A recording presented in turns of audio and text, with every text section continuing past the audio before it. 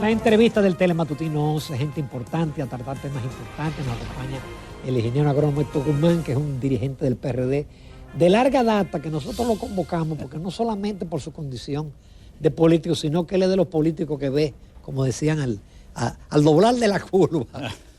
Él ve. Héctor, buenos días. Bueno, saludo aquí a los amigos televidentes y a ustedes, acompañando a Jacqueline con ese color rojo. Sí, buenos días. Buenos días, Jacqueline. Bienvenido otra vez. Aquí estamos después de Fiona. Sí. Y justamente vamos a comenzar por esa parte, que es tu área, pero después vamos a entrar en los temas políticos. Pero ¿qué informaciones tú tienes? Porque el presidente habló del monto de daños, pero parece que con la agricultura no hay una cuantificación. Escuché que habló el ministro de 2.000 millones de pesos. Realmente, ¿qué ha pasado en el campo? Bueno, cuando yo vi que el presidente habló de daño, habló de 20.000 millones de pesos, yo no vi el informe. A mí me llamó la atención eso porque cuando tú cuantificas daños, debes de desglosar la parte de infraestructura, la parte de vivienda, la parte agropecuaria. Vamos a esperar a ver qué es un informe, porque yo tengo la información de que los técnicos están cuadrando ahora. ¿Todavía? Todavía. Cuadrando, porque esa cifra ahora hay que cuadrarla. Miren, uno lamenta que... Hay que cuadrarla porque, Héctor, la experiencia es que siempre se dice la verdad o es que se aprovecha y se ponen cosas ahí, después tú replanteas el monto porque te conviene, y esto se suma también la declaratoria de emergencia por 45 días a esa, creo que 8 provincias. Mira, la verdad... ¿Eso para qué se presta? ¿Ayudará o se puede prestar para otras cosas? Mira, la verdad se va a saber, es un asunto de tiempo, para tú tener cifras claras de lo que pasó ahí. Uno no quiere que a la gente le pase nada, ¿verdad?, con estos fenómenos atmosféricos, pero dentro de lo mal que es que un fenómeno de estas condiciones afecte a una zona del país, dentro de lo mal, tú tienes que el este, sobre todo donde está Higüey, la provincia de la Altagracia, Romana, el Ceibo, y sobre todo parte de Samaná, hay un sector privado muy importante ahí que entra en acción. Por ejemplo, la parte eléctrica de lo que era Punta Cana, Bávaro, todo eso por ahí, eso es privado. Mientras de aquí hablaba que vamos a evaluar los daños, ya esa gente estaba en la calle resolviendo el tema eléctrico. En Romana tú tienes Central Romana, que a sus empleados y todos esos batalles de una vez salen a auxilio de ellos. Esas son cosas que ayudan, pero la realidad la va a saber uno con el tiempo. Y se lo está diciendo una persona que me tocó a mí vivir el ciclón David, en el corazón donde pasó el ciclón David, es decir, la zona de Baní, San José de Ocoa, que al principio yo recuerdo un fenómeno tan fuerte como ese, eso fue un asunto tan impactante, y con el tiempo fuimos dándonos cuenta de los graves daños que eso impactó en la economía. Esa vez se estimaban los daños en más de 1.700 millones de dólares. De aquella época fue un ciclón con categoría 5 que entró. Miles de muertos, más de 2.000 muertos. ¿Cuántos millones? 1.700 millones de dólares los daños en aquella vez, más de 2.000 muertos. O sea, fue algo desastroso. Igual que George, que ahora celebramos unos años, ahora en septiembre también. 25. George también, ahí se habló de 32.000 millones de pesos los daños. Y ese entró al revés por Higüey, Romana, Tomayor, El Ceibo, y se metió hasta San Juan de la Maguana, como ustedes recordarán, toda esa zona del famoso Mesopotamia. O sea, y ese fue categoría 3. El de ahora fue categoría 1 y pasó básicamente para la parte, vamos a decir, de Higüey y la punta de Samaná, que es la Galera para allá, que no son zonas tan complicadas. Pero el presidente habló de 20.000 millones. Vamos a esperar porque el ministro de la presidencia ese mismo día había hablado de 15.000. De 14.000 habló Joel Santos, ¿verdad? Sí.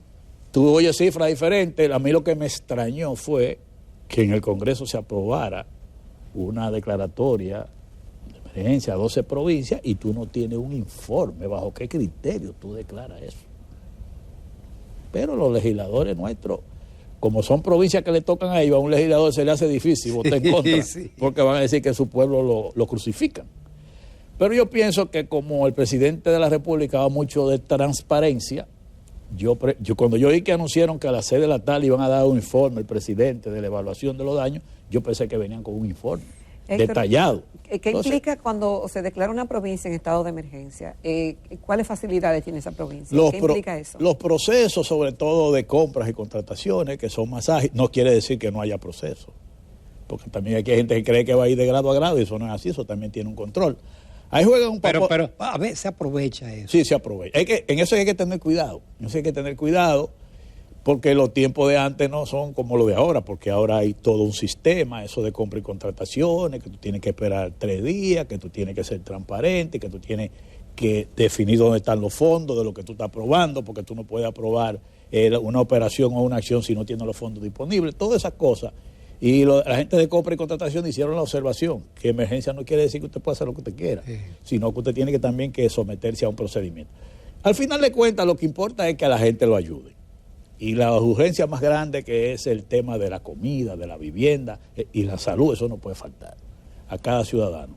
Nosotros como partido, en el caso del PRD, lo que hemos estado en contacto con nuestros dirigentes, en la medida de lo posible, que tú puedas ir en ayuda de una persona con lo que pueda, pues lo haga, porque en esos son los momentos que la gente necesita la mano amiga, privada, personal, familiar, del gobierno, lo que sea. Ahora, hay que manejar los fondos públicos con transparencia, porque aquí no todo el mundo actúa igual.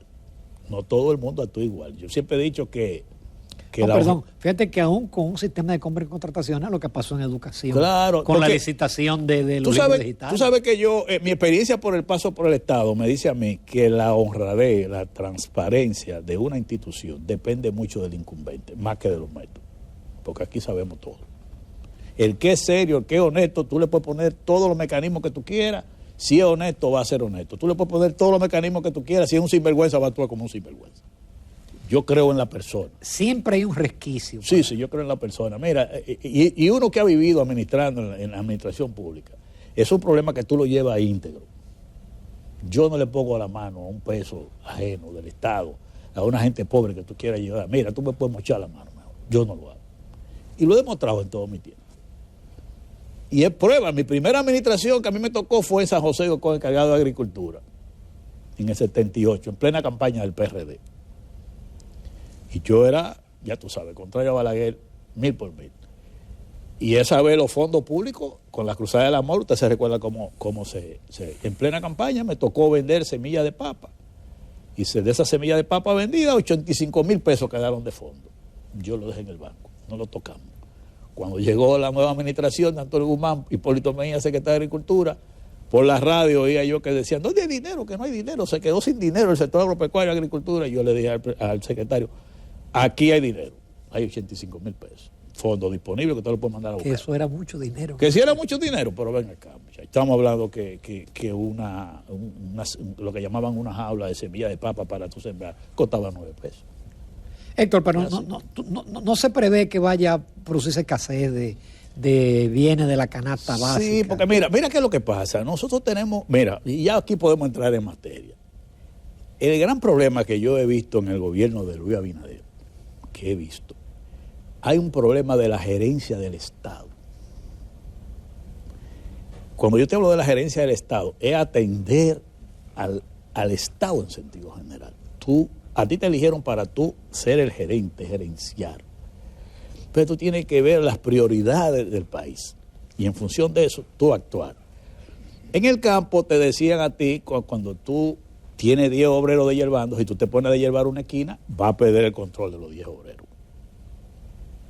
Tú tienes que sentarte a gerenciar a esos 10 obreros para que el deshiervo salga bien, se haga a tiempo.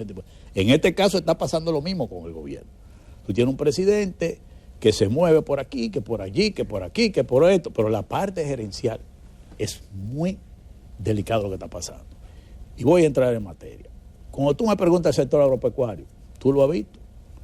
Vinieron con el proyecto de ley de tasa cero, dijimos que eso no iba a lograrse el objetivo que se quería. ¿Qué pasó?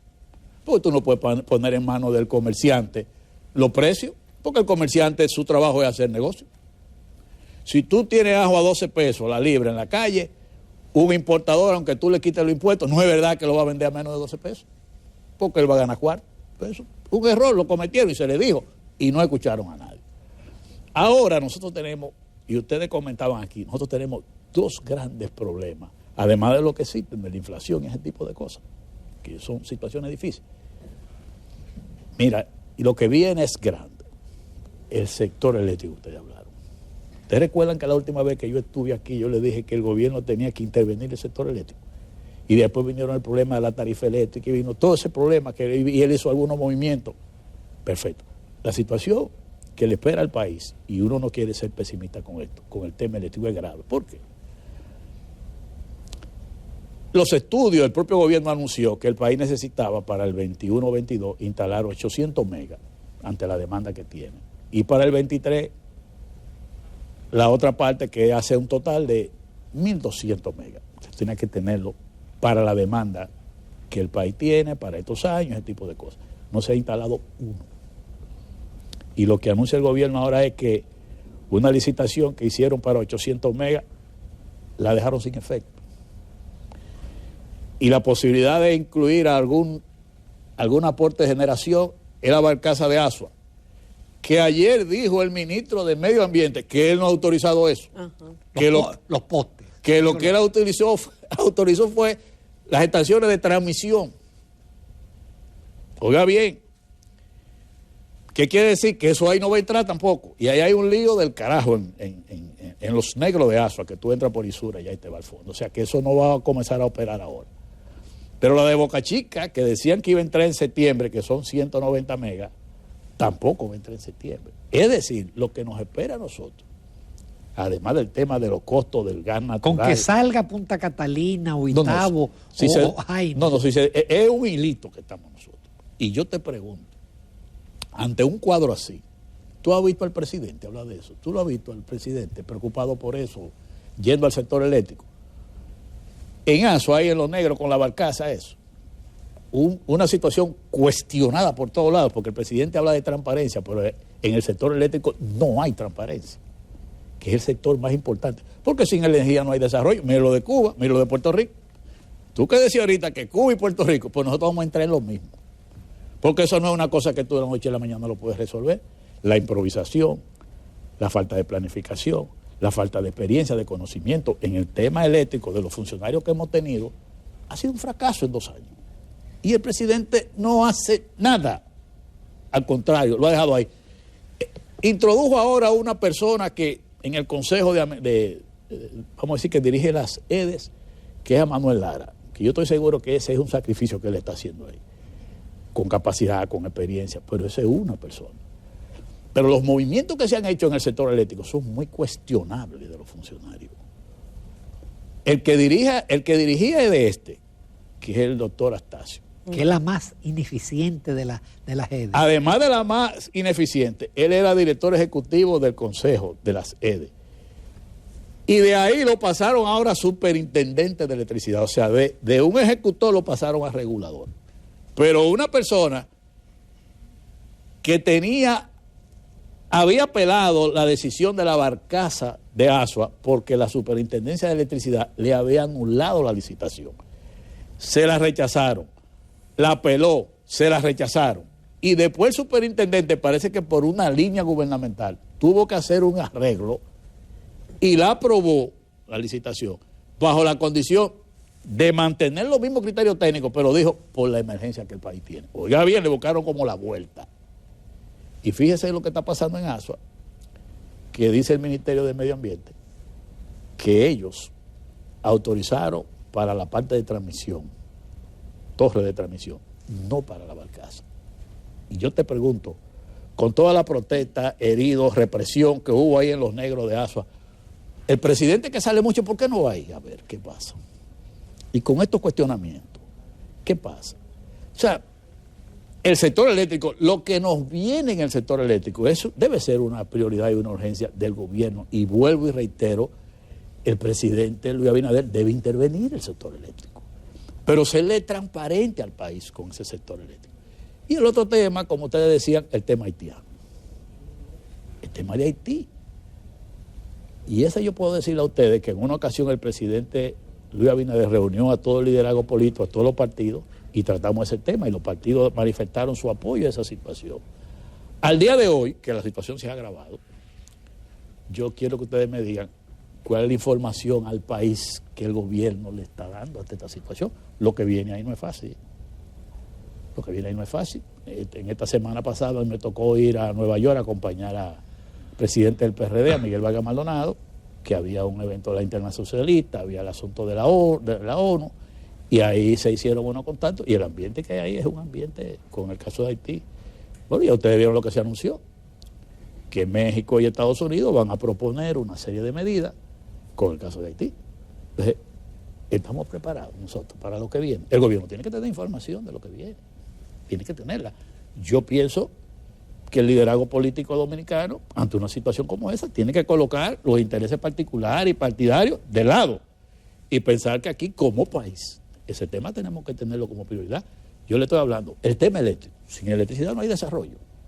Y si aquí en medio de esta crisis entramos en una crisis del tema eléctrico, más el tema de Haití, es una situación para uno preocuparse.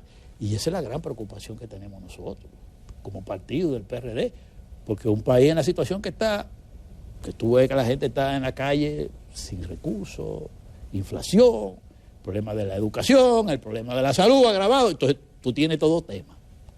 Entonces, no estamos en una situación tan fácil para que un gobernante se maneje yendo de aquí a allí a cosas menores. Vamos a ver lo macro, los problemas fundamentales de ahora y que vienen. Y esa es la preocupación. Vamos a hacer una breve pausa. Esto es muy buena tu exposición.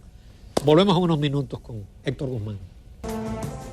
Continuamos en Telematutino 11. Esta mañana estamos conversando con el ingeniero agrónomo Héctor Guzmán, dirigente político de larga data y actual figura importante del Partido Revolucionario Dominicano. Héctor, indudablemente que ya estamos como en la curvita de conformar lo que será el escenario electoral del 2024. Y uno de los factores que influye en cómo se pintará el panorama lo es cómo esté el país, la situación económica del país, y hay muchos retos. Tú hablabas del tema haitiano, hablabas del tema eléctrico. ¿Cómo se vislumbra o cómo tú vislumbras lo que se va a presentar de aquí en adelante? Y cómo estos factores y el manejo de los mismos influirán en las simpatías de unos y el detrimento de las simpatías en otros. Mira, Jacqueline, todo este tiempo el gobierno ha estado caminando, el gobierno de Luis Abinader y el PRM han estado caminando sin una oposición frontal. Porque los partidos que estamos en la oposición, llámese PLD, Fuerza del Pueblo, PRD y otros más, hemos estado trabajando a lo interno de los partidos, para organizarnos, para fortalecernos, prepararnos para la competencia. Vamos a concluir el año ya con el panorama electoral en la primera fase definido, es decir, lo que va a pasar ahora el 16 de octubre, que el PLD va a escoger un candidato, eso va a comenzar a definir el panorama electoral. Todo depende de si eso es exitoso o no, ese proceso, el panorama será diferente. Desde el PRD nosotros auguramos y esperamos que el PLD tenga éxito, porque siempre hemos creído en el sistema de partido, y para nosotros le deseamos al PLD que pongan todo su empeño para que ese proceso salga bien. Igual que lo hacemos para otros partidos, porque eso fortalece la democracia. Eso va a definir en gran parte un panorama de una candidatura. El PRM, todo parece indicar, no lo podemos decir oficialmente, de que va a ser Luis Abinader el candidato de ese partido. Todo parece indicar, pero en política uno no trabaja bajo supuestos, sino bajo realidades. Ellos caminaron el proceso interno. Te recuerdan que yo le hablaba en el último programa de que yo tenía un gran desafío con el proceso interno. Hicieron un sistema ahí que escogieron su dirección política a todos los niveles, con algunos problemas internos que están ahí y se mantienen latentes. En el caso de la Fuerza del Pueblo, todo parece indicar también que Leonel Fernández será el candidato, y ese partido ha ido caminando, se ha ido organizando. ¿Ustedes van independientes? Nosotros en el PRD trazamos una línea de llevar candidaturas propias. Tenemos desde ahora, desde este fin de semana hasta noviembre, encuentros de consulta de dirigentes a nivel regional, 6 encuentros, 2 en el sur, 2 en el Cibao, y aquí uno en el este y otro aquí en la capital. Y vamos a culminar ese proceso ya haciendo una presentación formal de candidaturas a todos los niveles. En noviembre nosotros vamos a hacer lo que hemos llamado a través de la ley de partido la presentación formal de las intenciones de llevar a Miguel Vargas como candidato presidencial. Es decir, vamos a culminar el año con los 4 partidos principales ahora mismo con candidaturas presidenciales. Eso va a ir definiendo un panorama, y el año que viene ustedes podrán darse cuenta que es natural que ahí entrará una oposición en una posición diferente. Inclusive alguna candidatura, y yo voy a aprovechar aquí este programa, que yo de primera vez lo voy a decir, en el caso del PRD, nosotros vamos a presentar candidaturas a nivel presidencial, pero también en la capital la vamos a presentar a nivel de senadores y de alcaldes.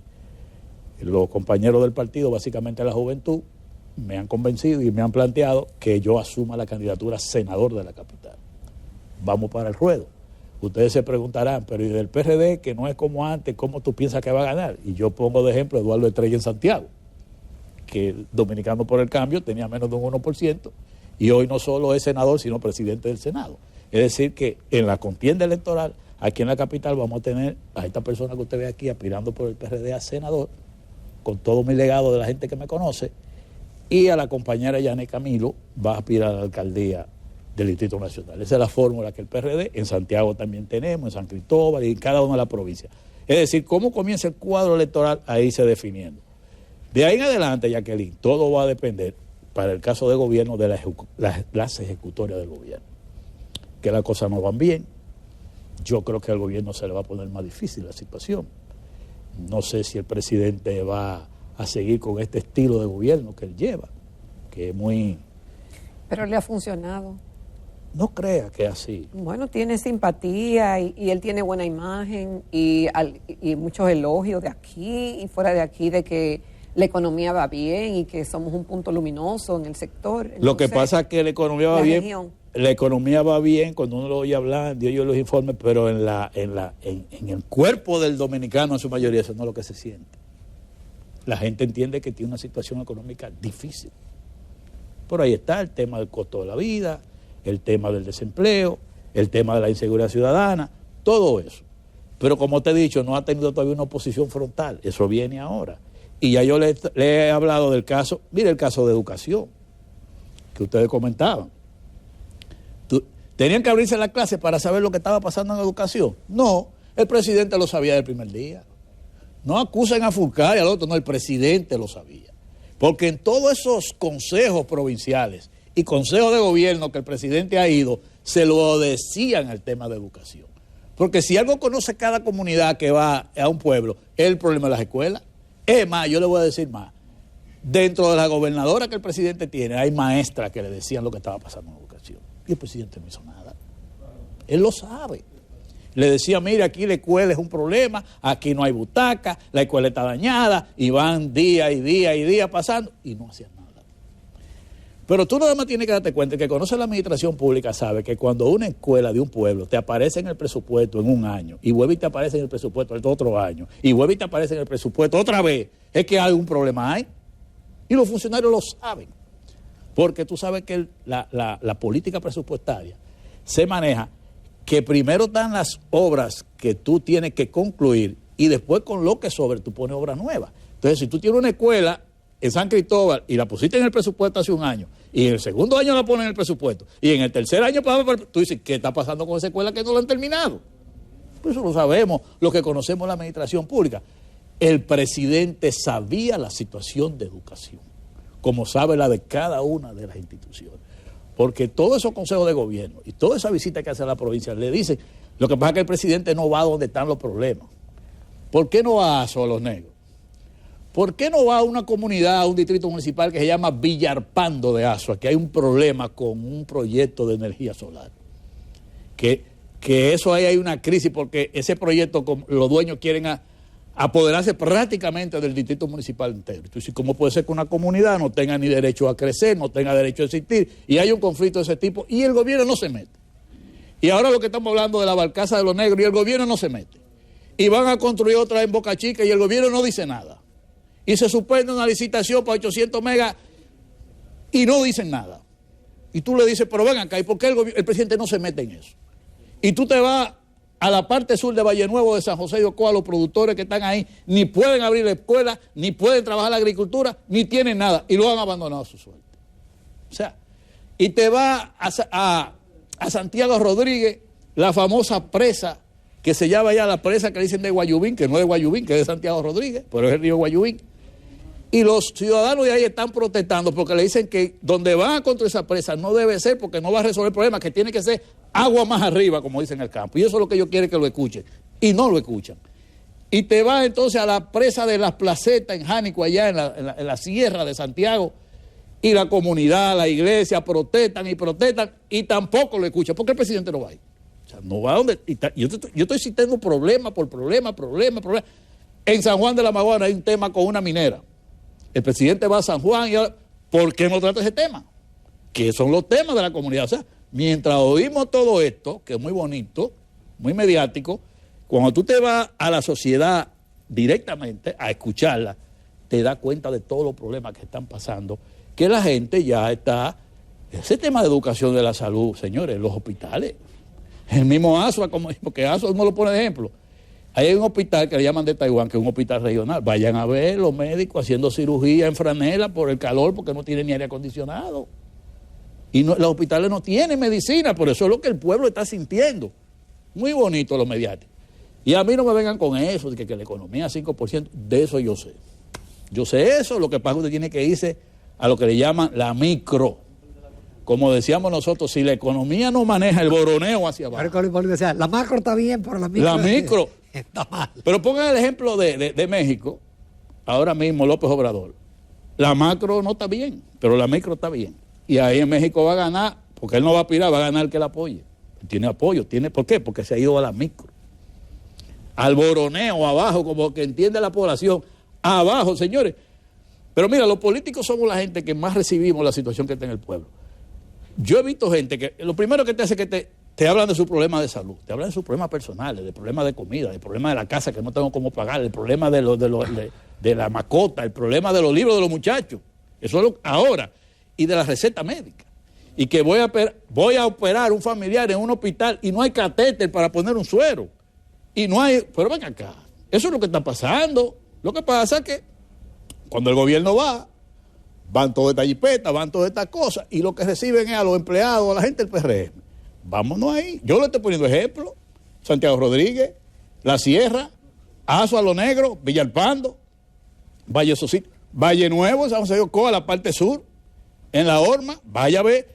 Yo tengo la información con el tema de los invernaderos, que lo estoy averiguando, de que hay problemas en la calidad de la producción de los productos de invernadero y por tanto su exportación ha descendido porque parece que están usando productos químicos que entonces los países europeos no quieren aceptar y ha bajado mucho la demanda, por ejemplo, de ají morrón y una serie de productos de invernadero. Y eso es grave para el país porque eso es un mecanismo de generación de dólares. La fiebre porcina. La fiebre porcina, eso se olvidaron de eso. Y ya aquí hay puerco en la orilla de la capital, la gente criando su puerco otra vez, sin problema. Y a mí que no me lo digan, yo lo llevo donde lo están criando, en la orilla de la capital. Y ustedes hablaban de un elemento muy sencillo ahorita, los préstamos. ¿Cuál es la política de endeudamiento del gobierno? ¿Cuál es? Porque como tú señalabas, Ramón, los organismos internacionales, los bancos BI, los que hemos estado en contacto con técnicos del BI que vienen a gestionar préstamos, esos son bancos como cualquier banco comercial que quieren colocar préstamos para ganar comisiones, el técnico que lo está haciendo.